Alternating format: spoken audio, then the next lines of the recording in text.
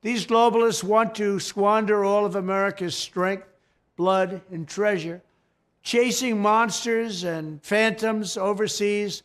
In addition, there must also be a complete commitment to dismantling the entire globalist neocon establishment that is perpetually dragging us into endless wars, pretending to fight for freedom and democracy abroad. We should have never gone into the Middle East. We should have never gone into the Middle East. Under my leadership, we will turn the page forever on those foolish, stupid days of never-ending wars. We're rebuilding our military stronger than ever before, and we are not going to deplete it again on stupid, senseless, endless wars. World War III has never been closer than it is right now. We need to clean house of all of the warmongers and America last globalists and the deep state. I am the president who delivers peace. I was the first president in decades who didn't start a war. And the worst, most incompetent, most corrupt president in history is going to drag us into World War III. And this horrible, horrible president is dragging us toward World War III. We're going to be in World War III soon. Because I think we would have been good with Iran. I don't want to do anything bad to Iran. Large sections of the Middle East. I mean, look at the death and destruction that's taken place. And none of this would have happened if I were president. Our opponents join with warmongers and neocons to wage endless wars, these wars that never end.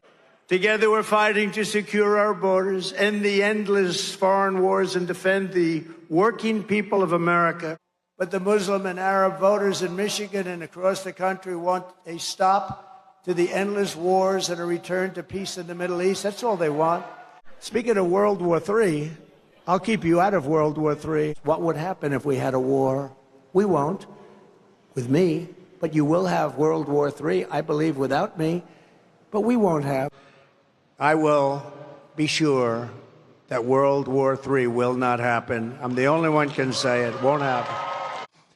But I stand here today, and I'm the only candidate who can make this promise. I will prevent, and very easily, World War III, very easily.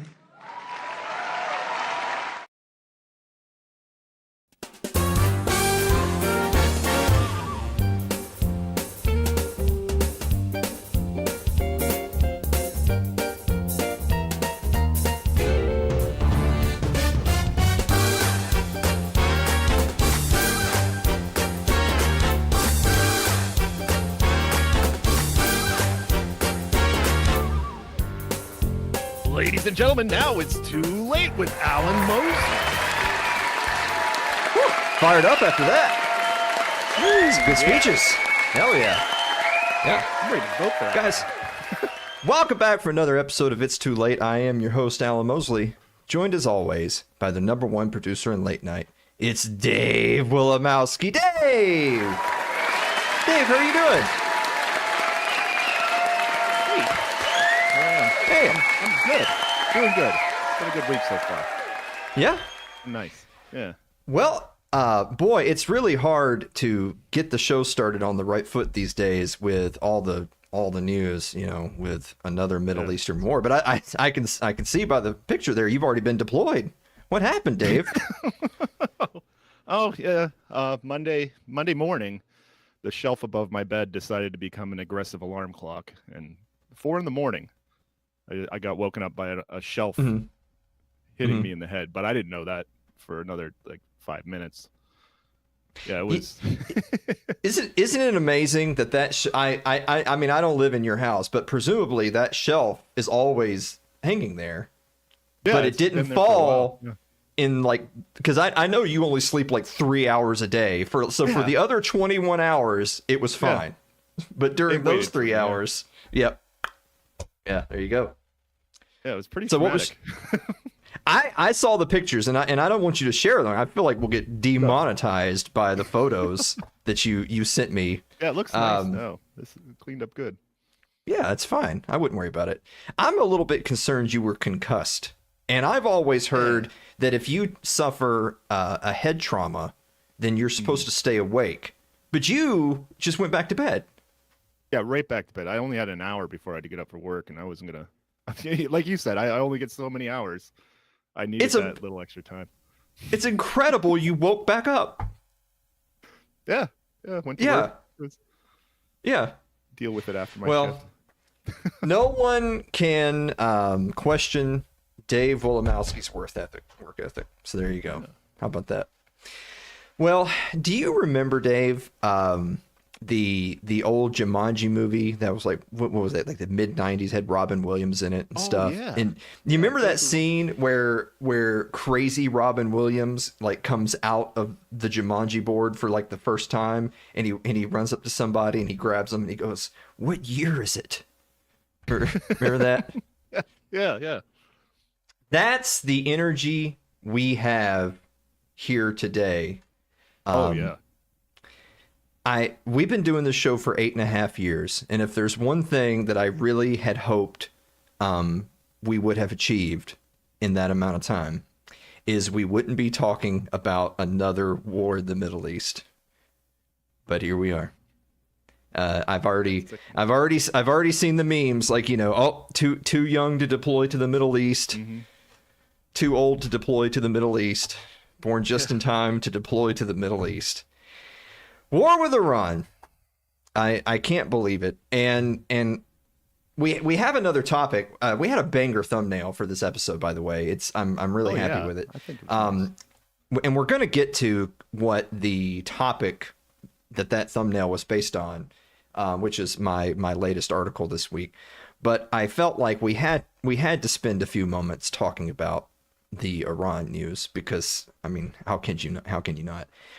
And I decided, because I had a lot of thoughts about this, but it's like, there's so many people out there that already have so much to say and can say it so eloquently and with so much information that you don't need me to do it. Tom Woods has already had a whole bunch of folks on his show talking about it. Scott Horton talks about it. Dave DeCamp, Collins Lone, our folks over at anymore.com, they talk about it, night and day. So I feel like when it pertains to, look how dare they put their country next to all our bases, and it's like, I feel like we can forego all that, right? Because that's been done. People have talked about that. But there's a few angles that I did want to address because I feel like they're things that I'm passionate about, and they're things that I feel like I don't see enough people talking about. One of them is there's the list of reasons that if somebody were to completely in good faith say, oh, excuse me, quick question, why are we at war with Iran?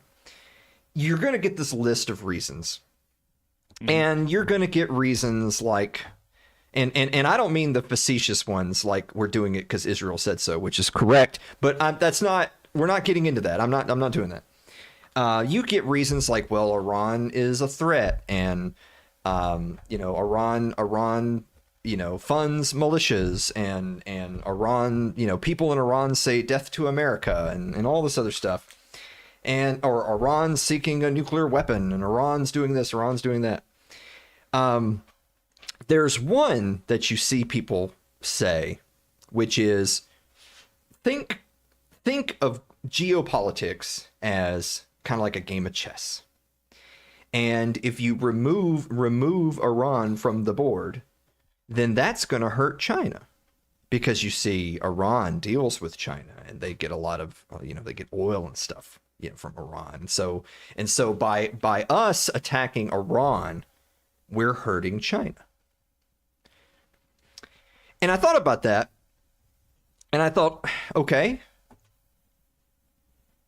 I feel like you've raised more questions than answers, because, okay, why should I feel good about hurting China? You see what I'm saying? Like, so if your reason for attacking Iran is that, well, it hurts China, it's like, okay. Quick question, Dave, and I'm not trying to put you on the spot. How much in dollars, how much trade do you think the U.S. and China do every year? Oh, I think a lot. I couldn't even, I don't know. Just under $700 billion a year. Yeah, that sounds. So this great geopolitical nemesis of ours that we're supposed to be happy that we're hurting by hurting those around them. We trade with them annually to the tune of $700 billion a year. Yeah. Okay, so why would I want to hurt those people? And it's like, okay, so you want to put stress on the Chinese economy. The Chinese economy and the U.S. economy are linked. All right. Yeah. If even one of those countries' economies were to totally collapse overnight, you and I wake up tomorrow morning, you're getting ready to go to work, and they give you a call, say, oh, Dave, don't come in. It's over. And you're like, I'm sorry, what? And you turn on the news, and it's just, a bunch of red down arrows and economy collapsed and all this stuff. It wouldn't matter who it was. If China's economy collapses, ours will too. And frankly, huge swaths of the globe will as well. Because these are two massive economies that are linked, that also are in trade with one another. We live in a global economy. So, okay, so we trade a bunch with them, and if we could press a button and they'd be destroyed, that would actually doom the global economy. So, okay, so that's not a good idea. It's like, well, okay, listen, it may be true that China's not like sending bombers to San Francisco to blow the place up or anything, but they wheel and deal, right? Like they're our adversaries on the global stage, so they They make moves financially and militarily so that they can lock down, resources and mineral rights and stuff because they're trying to corner the market on X, Y, and Z. It's like, okay, so basically the argument you're making is that they're hedging against us. It's like, my friend, if you've seen the way the United States has treated the rest of the world for the last 80 years, you'd be hedging your bets too. So I consider that nonsense. And then lastly, kind of on a related note, circling this back to Iran, is that, Iran also, Iran as a nation may not have declared war and sent in troops and dropped bombs on anyone, but they were arming and financing militant groups, and terrorists in the region to attack other people by proxy. Oh my dear God. They must have learned it from the absolute kings of arming and financing other people to die in our stead is the United States of America. Did you know that there's a war going on between Russia and Ukraine? What do you think that is? We literally see headlines in the news every day about Ukraine getting more money and more munitions. And we said that, Iran funded some militias in Syria, so we got to bomb Tehran. I was like, boy, as we've said before, it's a good thing that people don't get what they deserve in this world, because what we deserve for this is beyond the pale. Okay, let's talk about the nuclear thing for a second. And I'm not going to go the direction you think I am on this, so stay with me. Everybody already knows that if you hear someone, like if you hear a politician, a member of the media, or just, your Uncle Jim on Facebook, if they say, Iran was trying to get a nuke, and so in 2 weeks they were going to have a nuke, so we had to bomb them. Okay, that's a lie. The only people who say that are liars and retards. That's it. There is absolutely no evidence of this. The entire intelligence community all said, oh, no, actually, that's not true. They weren't doing it. Frankly, it's funny because the former Ayatollah Khomeini, who is now deceased, he had actually point blank said on many cases that Iran had no interest in a nuclear weapon because they were actually religiously opposed to such a thing. And in case you don't remember, those people are pretty serious about their religious. They're pretty serious about it. They're pretty devout. So the nuclear thing is a total hoax. But again, that's red meat. I'm not here to just toss you red meat. I want to bring up North Korea for a second. And you're like, wait, North Korea? Boy, Alan's just touring the world of all the axis of evil. Well, let me explain. You might recall that the DPRK became a nuclear capable nation some years back. Well, this is terrible. Look, I'm not a fan. It should go without saying, but in case we have some new people who tune in, they were like, this guy's a terrorist sympathizer. Not a fan of North Korea. Yeah. North Korea is probably on my top 5 list of like most evil regimes on earth. I'd probably put them around number 2. They're in the top 3. I would probably put them at number 2. Most evil regimes on the planet. Mm-hmm. But they certainly commit a lot more evil to their own population than they do to others. Yeah. Like, do I think that North Korea, if they had the capability, would do evil things? I'm sure they would, but purely for their own interest of survival, they don't go around lobbing missiles into China or South Korea, because that would be the end of them. That's why. Yeah. But they have nuclear weapons. But we're not going after them, right? We're not going after them because they've got them. They're not just building them, they have them. So we know that if we were to try to send a carrier group over there so that we could get in short range strike of Pyongyang, somebody would get nuked, and that would be bad. So since we would like to not see, nuclear in Holocaust, we don't do that. But here's the thing. The message that this administration has sent the world is that North Korea was right. North Korea was right to seek nuclear weapons because this regime has showed the world that if you don't have nuclear weapons, the United States will do whatever it wants, whenever it wants.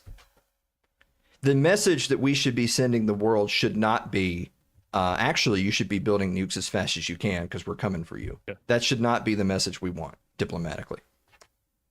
But I feel like our actions have proven the DPRK was correct. Maybe Iran's biggest mistake was that they weren't secretly developing nuclear weapons, because if they did have them, I bet we wouldn't have been so quick to bomb them. Finally, to get to my last point, and this is kind of just kind of a broad looking forward situation. Let's say things are really fortunate. I feel like at this point, I feel like in the relatively near future, it's going to come out that this operation is not going as swimmingly as the Western media would like you to believe. I think a whole lot more Americans than 6 probably already have died. If not, they will. And that's a tragedy. But we already heard shortly after the bombs started to drop that actually the Trump administration had reached out to them to talk about a ceasefire. And Iran said, shove it. No, we're going to keep going. That's a ballsy move. It's like, bold move, Cotton. We'll see how it plays out for them. Because they're certainly, Iran's not a small nation. It's a large nation. They got 90 million people there. Significantly larger than its neighbors and other countries in the region, like, Israel. So why would they want to continue? I'll give you a couple of reasons. The first one being that they feel like this might be a war of attrition. And if you've ever heard of, Afghanistan or Vietnam, America doesn't do so great in wars of attrition. And 2, and this is the big point I'm trying to make. You might remember some months back when the Trump administration authorized the bombing of the 3 nuclear sites in Iran. Of course, he claimed that they were obliterated. Yeah. Amazing that nuclear sites were obliterated, but now we had to bomb them again because they were a couple of weeks from a nuclear bomb. But again, I'm not getting into that. Some months ago when that attack was authorized, they were at the negotiating table. Iranian diplomats were meeting with American diplomats. I believe they were meeting through Oman as an intermediary, which is kind of funny. You have countries like Oman that 99.9% of Americans couldn't find on a map, and they just think, all them towel heads are all the same. I can't tell them one from the other. It's like, well, it's amazing that we need them to be intermediaries because no one in their right mind would sit down with us anywhere and think that their lives weren't in danger. But when these attacks happened, they were sitting down at the negotiating table. They were talking about, we've got more talks scheduled for tomorrow. We'll see how it goes. And then overnight, what happens? The talks were a ruse. They had the audacity to actually say publicly to the press, the talks were a ruse just so that we could sneak in there and bomb the nuclear sites. And then just to prove it was no fluke, they did it again. They were having peace negotiations this time last week, only to, as we can clearly see, they already had planned to drop the bombs. Again, it's about what message we're sending the rest of the world. Not only should the rest of the world have nukes to defend themselves from people like the United States, but also, why would you ever sit down at the negotiating table with the United States ever again? One of these days, there's going to be serious tensions. And I'm not talking about China man bad, let's lower their GDP. I'm talking about serious tensions, like nuclear subs are out there in the waters looking at each other. And one of these days, the United States might be on the unfortunate situation of being this close to a war with a peer or near peer opponent. Not some country who barely has an air force or a navy. And when that day comes, it will be vital that cooler heads prevail, and part of that is that diplomats can do their jobs.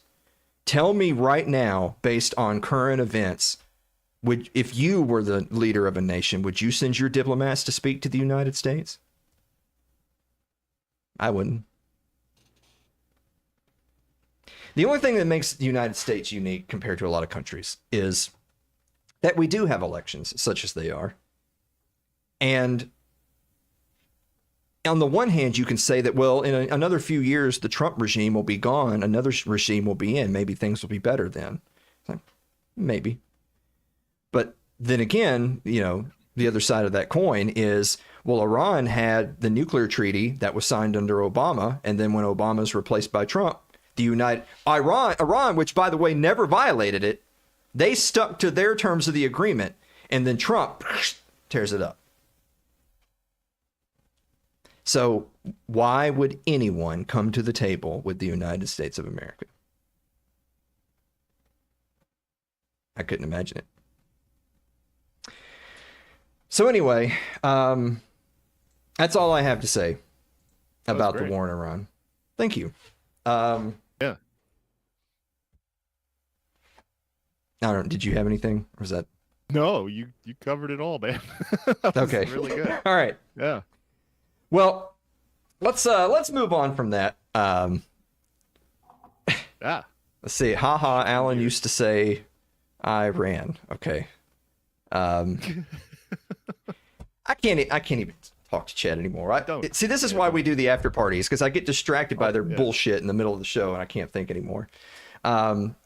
So the big topic that I wanted to talk about is I finally got around to writing the latest entry in my continuing series on influential figures, particularly in the libertarian movement. And boy, I mean, this is an A entry. This is the entry, right? It's Mr. Libertarian himself, Murray Rothbard. Check out my latest article. Murray Rothbard, Mr. Libertarian, turns 100. 100. Wow. Back on March 2nd. 100. I know. Good for him. Yeah, he looks great. Actually, he does. He does. But he looks great. Oh, darn. On March 2nd, 1926, Murray Rothbard was born in the Bronx and the only child of immigrant parents. I think one of them was Polish, Dave. Good job. Way to... Got a couple good ones. Yeah. His father worked as a chemist, and his mother encouraged his voracious reading. Early interest in history and logic foreshadowed a career in which he relentlessly scrutinized economic models, historical narratives, and political myths. I want to mention as we go through the article, what's so amazing about Rothbard is a lot of people know him as the libertarian guy. So you think political philosophy. Okay, a lot of people know him as he was an econ guy, as an economics guy, an economist. So you think of like the Austrian theory stuff. But he was also an incredible historian, and we'll get to that as well. And on top of all of that, this is going to make you laugh. He wrote movie reviews. Oh, I actually love that. Yeah, I love that.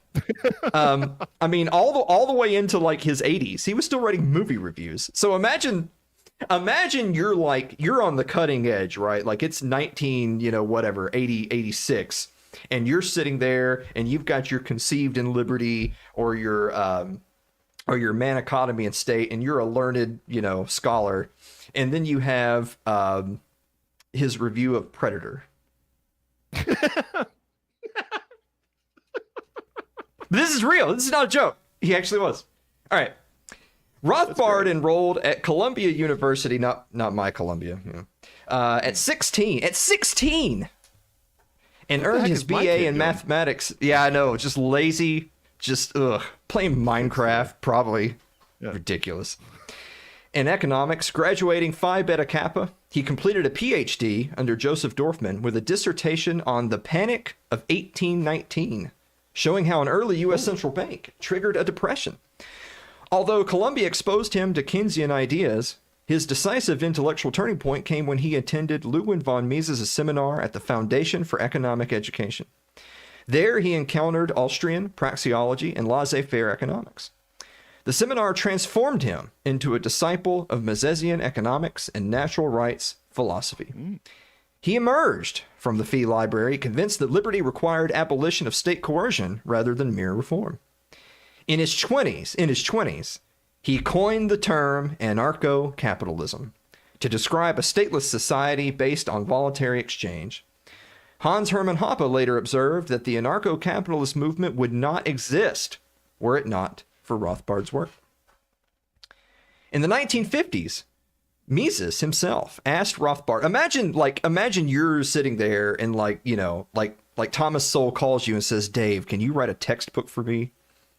And you'd be like, I'm sorry, no, I actually can't. The wrong number. Yeah, Mises asked Rothbard to write a textbook explaining human action for a broad audience. The result, after 10 years of labor, was Man, Economy, and State, 1962, a monumental treatise of more than 1,000 pages. The book restored praxeology, the logic of human action, to the center of economics and systematically deduced micro and macroeconomic laws from the axiom that individuals act purposefully. In the process, Rothbard extended and refined Austrian theory. He argued that monopoly could not exist in a free market because prices and profits were governed by consumer preferences. Monopolies arose only when government granted exclusive privileges. Damn, we need some of those. Yeah. We need to get some privileges. Ain't that the truth? He integrated Frank Fetter's theory of rent and developed a pure time preference theory of interest that aligned with Eugene von Bauwerk's capital theory. He also criticized the Keynesian emphasis on aggregate demand and asserted that business cycles result from central bank-induced credit expansion. Genuine prosperity, he argued, required a gold standard and 100% reserve banking. We don't have that. No. I don't. In case you were wondering how we can bomb Iran even though we're $39 trillion in debt. Yeah, that's weird. Gotcha. Yeah. Maybe we drop IOUs on them. Yeah. I don't want to hold on to that one. Yeah. The response to Man, Economy, and State was extraordinary. Ludwig von Mises praised it as the result of many years of sagacious and discerning meditation, and Henry Hazlitt described it as the most important general treatise on economic principles since Ludwig von Mises' Human Action. The book's success marked the revival of Austrian economics at a time when mainstream economists dismissed it as archaic. Power and Market, written as an addendum but later published separately, extended the analysis by categorizing all forms of state intervention into autistic, binary, and triangular interventions. You heard that right. That is actually... Yeah. Yeah, that wasn't a dog whistle to you guys. That's actually... Yeah. Rothbard argued that every intervention, whether it be taxation, price controls, or conscription, reduces voluntary exchanges and therefore diminishes social welfare. Rothbard's talents were not confined just to economics. He held a lifelong fascination with American history and believed, following his mentor's advice, that to understand current politics, one must investigate history, quote, as a detective investigating a crime. There's a lot of crimes in there, by the way.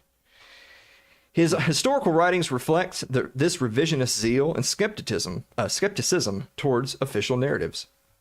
America's Great Depression, 1963, applied Austrian business cycle theory to the 1930s, demonstrating with extensive data that the Federal Reserve's credit expansion caused the late 1920s booms, and that Herbert Hoover's interventions, wage rigidities, tariffs, and public works, prolonged and deepened the downturn. The book showed that the New Deal accelerated rather than corrected interventionism.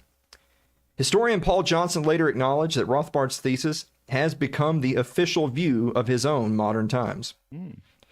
He continued this project with the epic series Conceived in Liberty, a multi-volume history of colonial America and the Revolutionary War.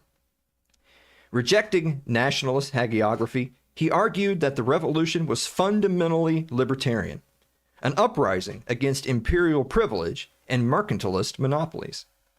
He emphasized overlooked radicals and showed how the centralizing impulse in the Constitution betrayed that spirit. His later histories traced the lineage of laissez-faire ideas and exposed recurring collusion between political entities and banks, showing that crises from early panics to the progressive era were failures of privilege rather than markets. Now, Rothbard regarded economics as a value-free, but he did believe that political philosophy must rest on a moral axiom. He championed natural rights grounded in self-ownership and property homesteading.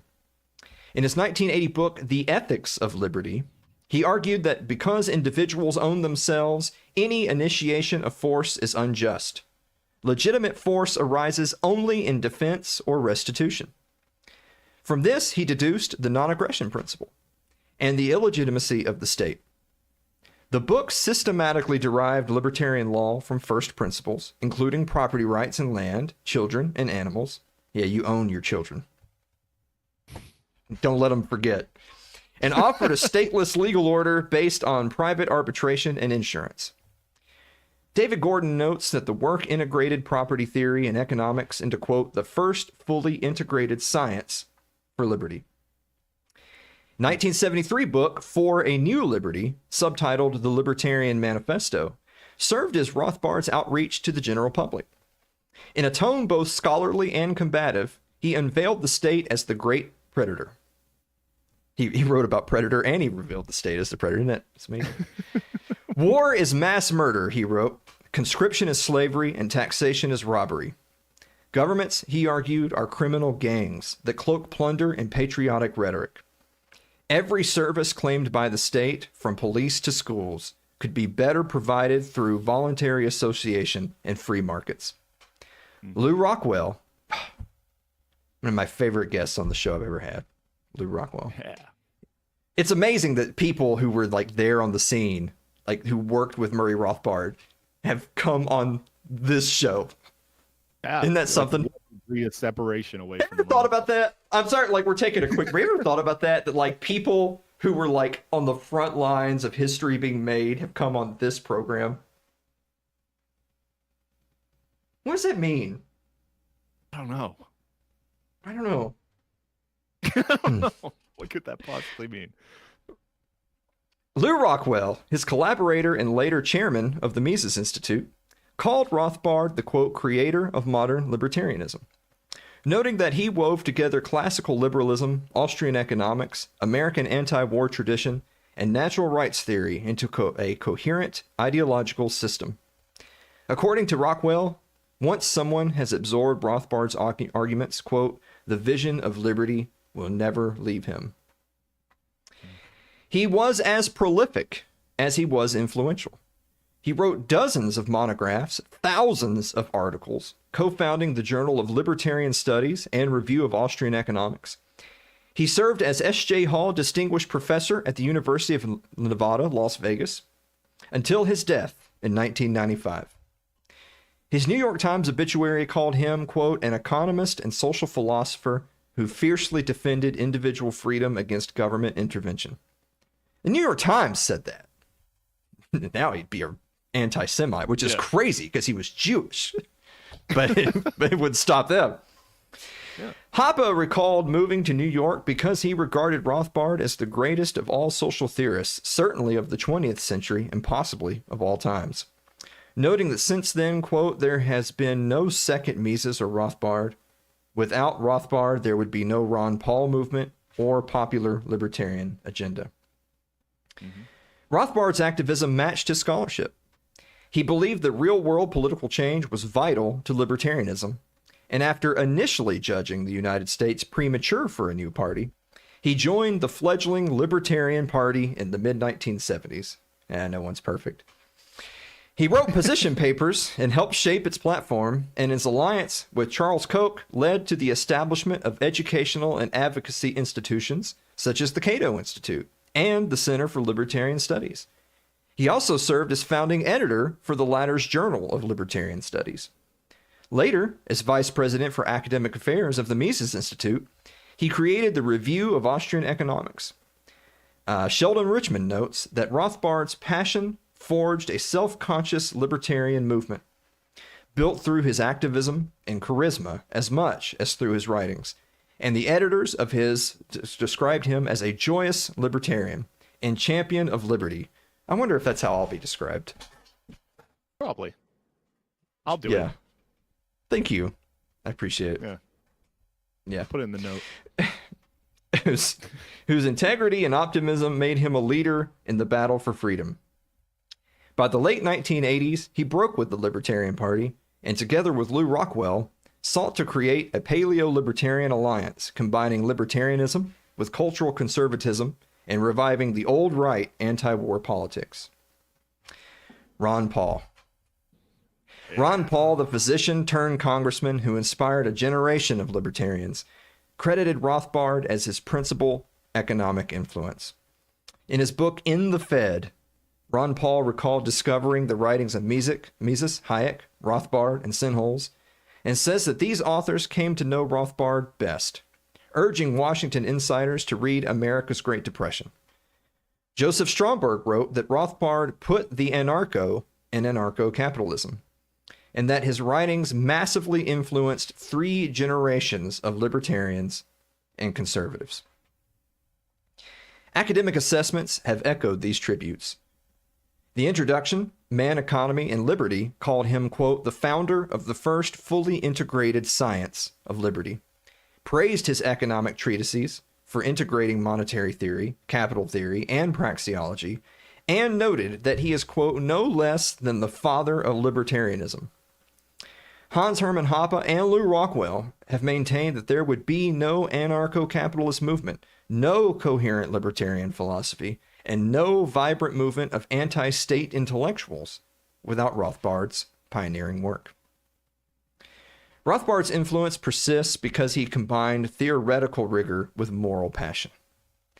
As an Austrian economist, he reconstructed economic science around human action and demolished the myth that markets breed monopolies or crises. As a historian, he exposed the government's complicity in economic and political disasters. And as a political philosopher, he defended self-ownership and non-aggression with penetrating logic. As a movie reviewer, he did enjoy Star Wars. In case you were.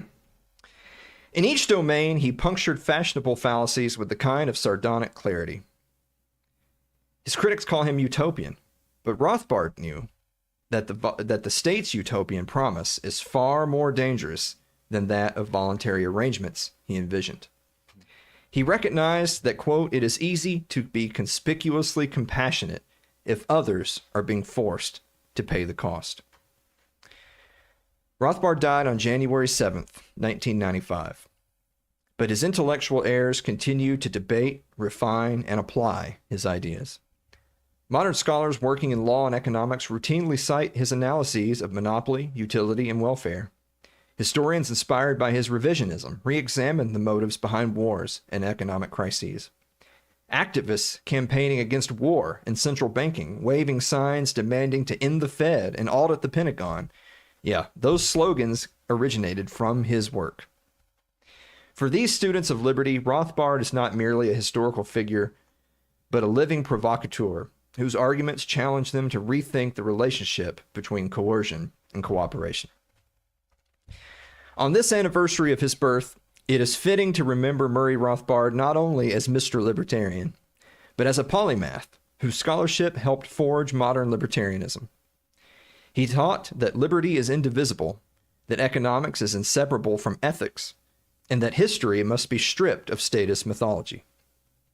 That synthesis, iconoclastic, rigorous, and uncompromising, continues to inspire those who seek a society based on voluntary association rather than the iron fist of the state.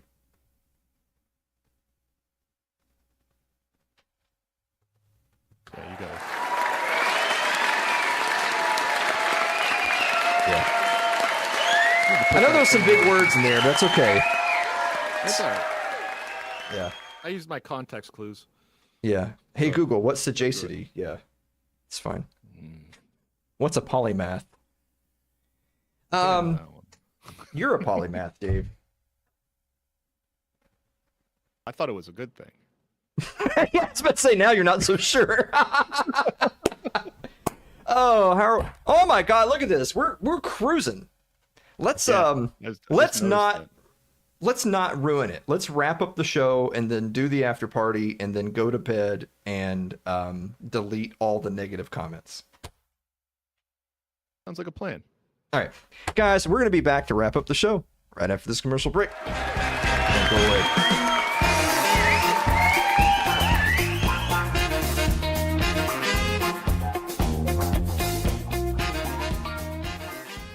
If you're enjoying tonight's show, consider supporting the program by becoming a member of our Patreon.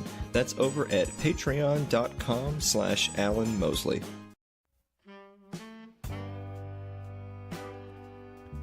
Like our Facebook page. It's facebook.com/Alan Mosley TV.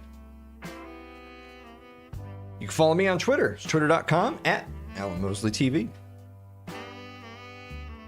Subscribe to our YouTube page. It's youtube.com/Alan Mosley TV. But if you're more of a listener than a watcher, get us on our favorite podcasting platform of choice. Thanks to Spotify. It's Too Late with Alan Mosley or Alan Mosley TV.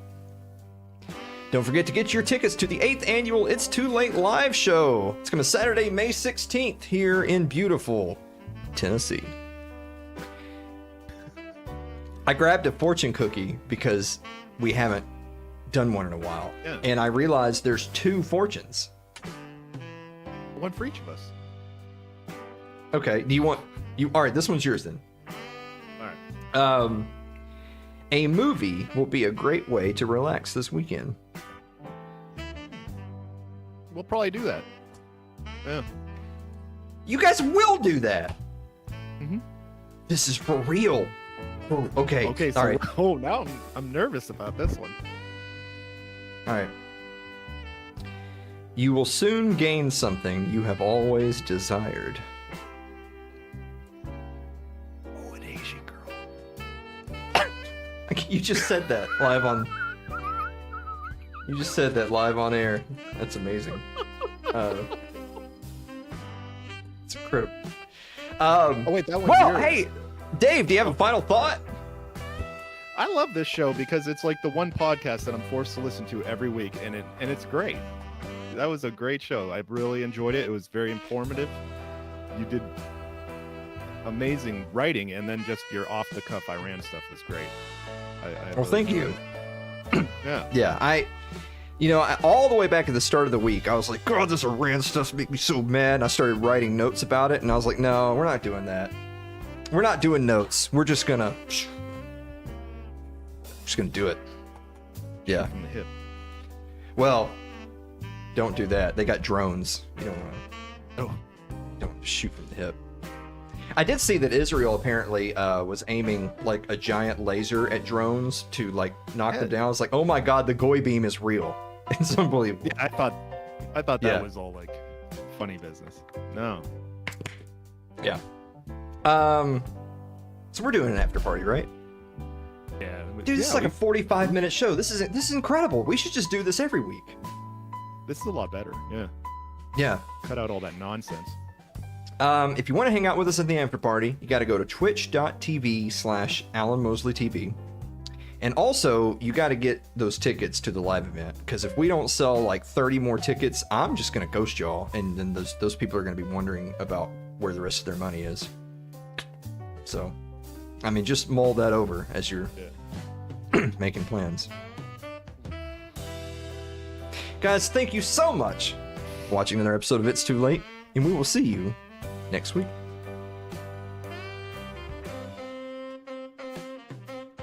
Does it feel like it's March already?